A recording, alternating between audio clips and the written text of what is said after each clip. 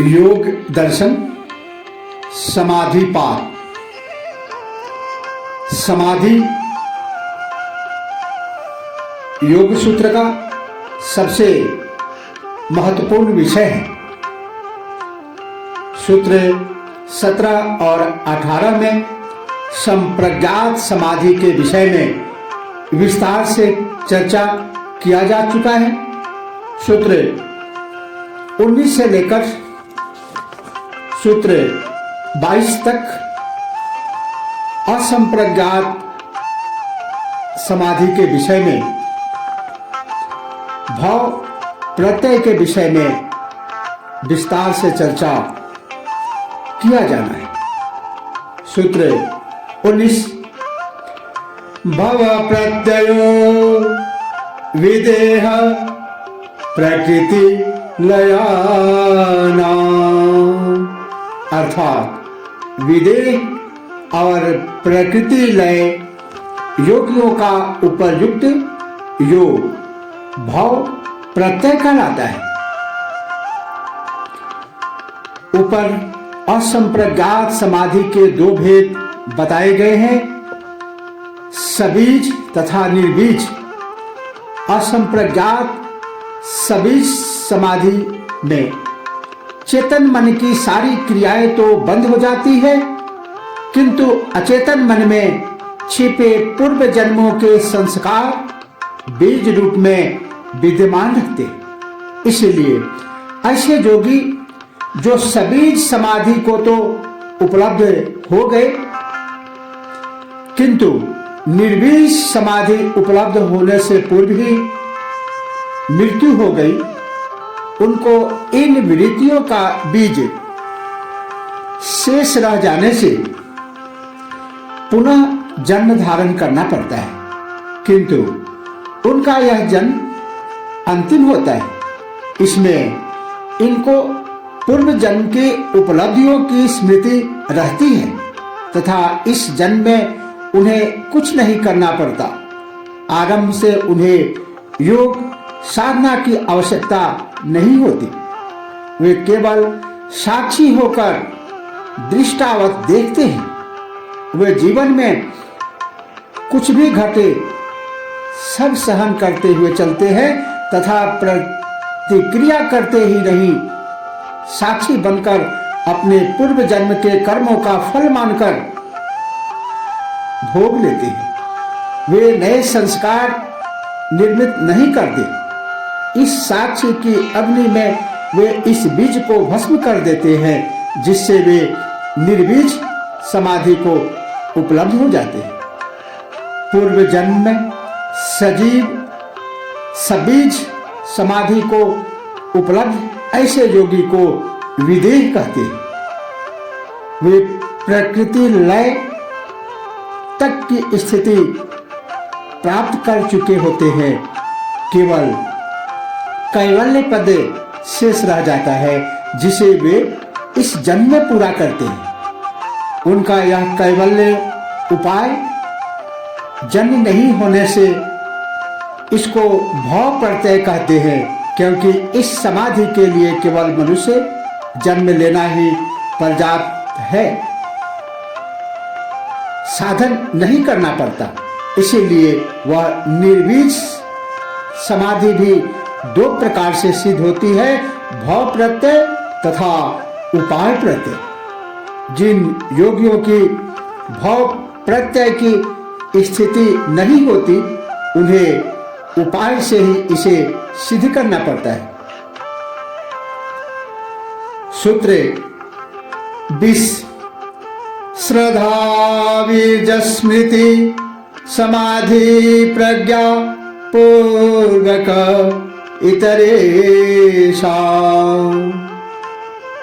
इतरेषाम दूसरे साधकों का निरोध रूप योग श्रद्धा वीर्य स्मृति समाधि प्रज्ञा पूर्वक, श्रद्धा वीर्य स्मृति समाधि और प्रज्ञा पूर्वक क्रम से सिद्ध होता है। विदेह और प्रकृति लयों से भिन्न योगियों को श्रद्धा वीर्य स्मृति समाधि और प्रज्ञा आदि उपायों से असंप्रज्ञात समाधि सिद्ध होता है। महर्षि पतंजलि कहते हैं, उपरयुक्त सूत्र में भाव प्रत्यय योग की स्थिति बताई गई, किंतु भाव प्रत्यय योगियों के अलावा अन्य योगी उपाय प्रत्यय से निर्विष समाधि को उपलब्ध होते हैं। इन उपायों के क्रम में श्रद्धा परम आवश्यक है। बिना श्रद्धा के योग साधना असंभव है। भगवान कृष्ण ने भी गीता में कहा है, श्रद्धावान मनुष्य ही ज्ञान को प्राप्त होता है। गीता अध्याय 4 श्लोक 39, श्रद्धावान लभते ज्ञान। दूसरा साधन वीर्य रक्षा है। वीर्य रक्षण से मन, इंद्रियां और शरीर सशक्त रहता है, जो योग साधन में परम आवश्यक है।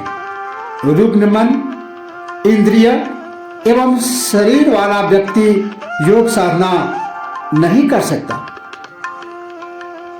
रुग्ण मन, इंद्रिय एवं रुग्ण शरीर वाला व्यक्ति योग साधना नहीं कर सकता।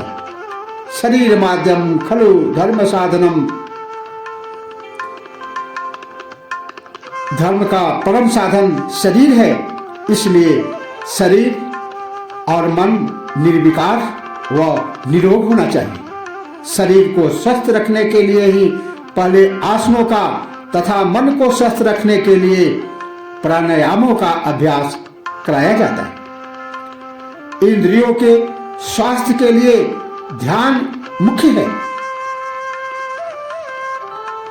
इन तीनों में वीर्य रक्षण सर्वोपरि महत्व रखता है। तीसरा साधन स्मृति है, जो श्रद्धा और वीर्य रक्षण से बलवती होती है। इसके फलस्वरूप योगी को समाधि लाभ हो जाता है तथा समाधि में ही आत्मज्ञान होता है। समाधि की स्थिति में ही साधक का अंतःकरण शुद्ध होता है, जिससे उसकी बुद्धि सत्य को ग्रहण करने वाली हो जाती है, जिसे ऋतंभरा कहते हैं। इन साधनों से योगी को असंप्रज्ञात समाधि का लाभ मिल जाता है। सूत्र 21, तीव्र संवेगाना मासनः, अर्थात जिनके साधन की गति तीव्र है, उनकी निर्विष समाधि शीघ्र होती है। इन सब साधनों के अपनाए जाने पर भी सभी साधकों के योग सिद्धि में समय का अंतर रहता है। इस अंतर का कारण है साधनों की गति तीव्र अथवा धीमी होना। जो साधक पूर्ण श्रद्धा से नियमित रूप से योग साधना में लगे रहते हैं, उन्हें शीघ्र लाभ मिलता है। साधनों की शिथिलता से विलंब होता है। विलंब का कारण यह भी होता है कि या तो मार्ग में आई विघ्न बाधाओं से घबराकर छोड़ देते हैं या सिद्धियों का प्रदर्शन करने लगते हैं। पूर्ण श्रद्धा का न होना भी कारण होता है। अतः इनसे बचकर चलने वाला शीघ्र लाभ प्राप्त करता है। सूत्र 22, मृदु मध्यादि मात्रत्वा ततोपि विशेषः, अर्थात साधन की मात्रा हल्की, मध्यम और उच्च होने के कारण तीव्र संवेग वालों में भी काल का भेद हो जाता है।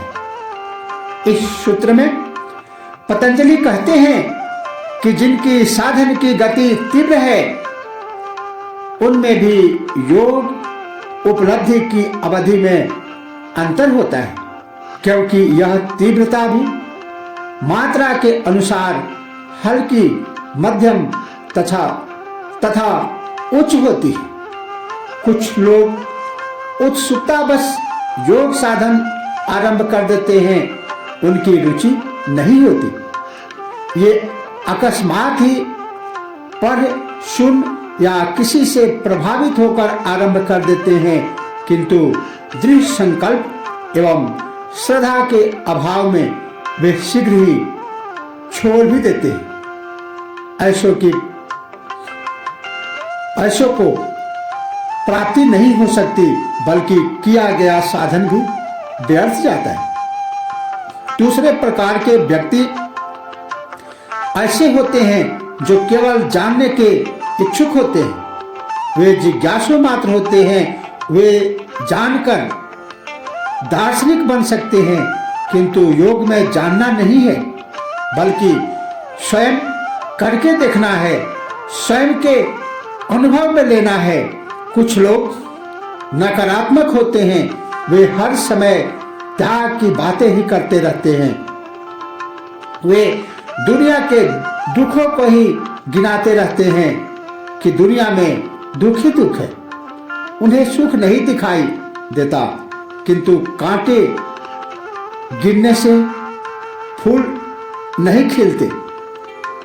अहिंसा से, किसी को नहीं मारने से प्रेम नहीं होता। क्रोध छोड़ने से दया नहीं आती। झोपड़ा छोड़ने से महल नहीं मिलता। विधायक पॉजिटिव हो जाने से निषेध अपने आप हो जाता है, करना नहीं पड़ता। योग में उपलब्धि की ओर ही ध्यान दिया जाता है। वह चित्त वृत्तियों के निरोध की बात ही कहता है। इससे व्यक्ति खाली होता है। यह मृदु श्रेणी है। ऐसा व्यक्ति दूसरों को अपनी ओर आकर्षित कर सकता है, दूसरों को साथ दे सकता है, आशीर्वाद भी दे सकता है, किंतु इससे उसकी शक्ति नष्ट हो जाती है। दूसरी श्रेणी मध्य है। इसमें पहुंचकर व्यक्ति शांत हो जाता है, मानसिक उपद्रव बंद हो जाते हैं। तीसरी श्रेणी उच्च है। इसमें वह प्राप्त कर लेता है, अपने लक्ष्य की तरफ बढ़ जाता है। आज इतना ही। अगले सूत्र में अगले वीडियो के साथ फिर मिलते हैं। तब तक के लिए ईश्वर प्राणिधान का महत्व के साथ, तब तक के लिए ओम नमः शिवाय। जय श्री कृष्ण।